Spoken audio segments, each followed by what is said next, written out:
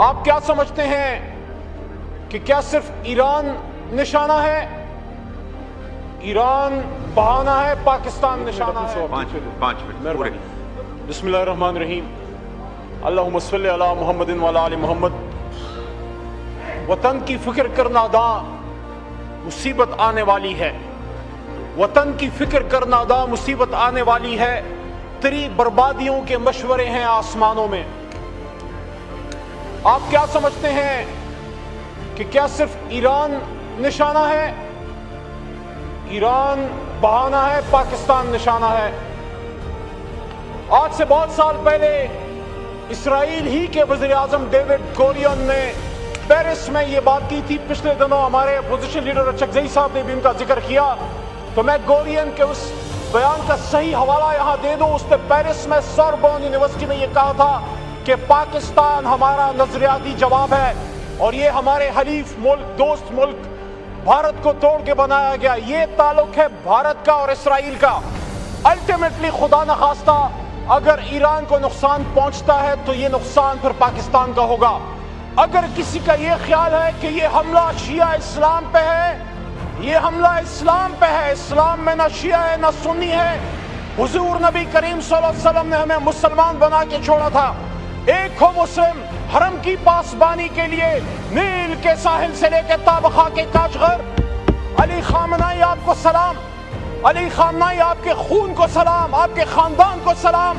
86 سالہ بزرگ بھی شہید، 16 مہینے کی بچے بھی شہید، ہماری ماں، ان کی وائف وہ بھی شہید، ان کا داماد بھی شہید، اور شہیدوں پہ شہید۔ لیکن افسوس کی بات ہے کہ جو 170 بچیاں شہید ہوئی ہیں، میں سمجھتا ہوں، میں مناسب سمجھتا ہوں کہ میں اپنے ملک کے وزیر اعظم سے بسد احترام یہ بات رکھوں کہ آپ نے جس بھی سوچ کے ساتھ ٹرمپ کے لیے فیصلہ کیا تھا کہ اس کو نوبیل پیس پرائز کے لیے نامینیٹ کریں، مجھے امید ہے میری یہ بات کاٹی نہیں جائے گی، یہ میوٹ نہیں کی جائے گی۔ میں انہیں پاکستان کے اندر رہتے ہوئے یہ بات کر رہا ہوں، جس کے ہاتھ پہ مسلمانوں کے عظیم لیڈر کا خون ہے وہ سب کو چھو سکتا ہے، وہ امن کا پیغمبر نہیں ہو سکتا، وہ امن کا نمائندہ نہیں ہو سکتا۔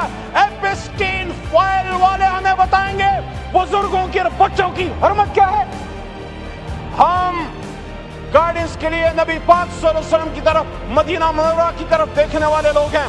آج اس ملک میں سیاسی، اسپیکر صاحب آخری شاید 2-3 منٹ ہو، مجھے سن لیجئے۔ آج اس ملک میں ہمیں جو خطرات ہیں، ایران پہ جو حملہ ہوا، ہم سٹرونگلی کنڈیم کرتے ہیں، امریکہ کو بھی اور اسرائیل کو بھی۔ اور میں یہ سمجھتا ہوں کہ حکومت کی بھی ذمہ داری ہے کہ they must call a spade a spade. They must come out in open and say کہ ہم اپوز کرتے ہیں، ہم مذمت کرتے ہیں ایران پہ، اسرائیل کی ایما پہ، امریکہ، دونوں کا حملہ۔ لیکن ساتھ ساتھ ہم یہ ڈیمانڈ بھی رکھتے ہیں، پاکستان کو اللہ تعالیٰ نے ایک سرداری دی ہے، پاکستان کو امت مسلمہ ایک لیڈرشپ رول ہے۔ ہم نے عرب کنٹریز کو ریکویسٹ کرنی ہے کہ آپ کا سوئل ایران کے خلاف یوز نہ ہو، لیکن ہم نے ایران اور عرب ممالک کے بیچ میں مصالحانہ کردار بھی ادا کرنا ہے، ہم نے ان کے بیچ میں مسائل کو حل کرنا ہے۔ یہاں اس ایوان سے اس پورے سیاسی نظام کو تقویت دیں، یا ان کیمرہ سیشن بلائیں، یہاں وزیر اعظم صاحب سب سے پہلے آئیں، بتائیں قوم کو اعتماد ملے۔ وزیر اعظم صاحب ابھی تک نہیں بولے، وزیر اعظم صاحب بتائیں کہ وہ کہاں کھڑے ہیں، پاکستان کو کہاں دیکھنا چاہتا ہوں۔ میری بات یاد رکھیے، آپ کا ایسٹرن بارڈر تو غیر محفوظ تھا ہی، اس حکومت کی غلط پالیسیز کی وجہ سے آپ کا ویسٹرن بارڈر غیر محفوظ ہو گیا۔ وہ قبائل جو بغیر وردی کے آپ کے سپاہی تھے، ان قبائل کی بچیاں، ان کے گھر اس وقت توپوں کے نشانے پہ ہیں۔ وہ افغان جس کے لیے آپ ہی کے سابق وزیر اعظم نے یہاں پہ 2 بار امت مسلمہ کو کھٹا کیا، اور میں تو افغانستان کو بھی کہنا چاہتا ہوں، آپ کیا کر رہے ہیں؟ آپ اپنے آپ کو بھارت اسرائیل سے دور کیجئے۔ آپ کو تو پاکستان کا دائیں ہاتھ بننا ہے، کیونکہ پاکستان کلمہ طیبہ کے نام پہ بنا۔ لیکن آخری بات، اسپیکر صاحب، آخری بات، اگر ہم سمجھتے ہیں کہ ہم اس ملک میں بغیر قومی یکجہتی کے ان چیلنجز کا سامنا کر لیں گے تو ممکن نہیں ہے۔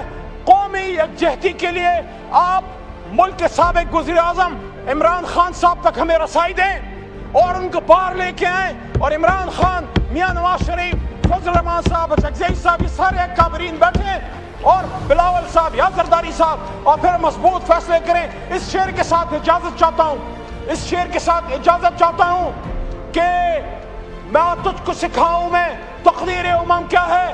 شکر کریں کہ کس نے یہاں وہ ایٹم بم بنا دیا تھا, ورنہ ہم بھی فارغ ہوتے. کہ تجھ کو سکھاؤں میں تقدیر امم کیا ہے, شمشیر و ثنا اول طاؤس رباب آخر. شکریہ.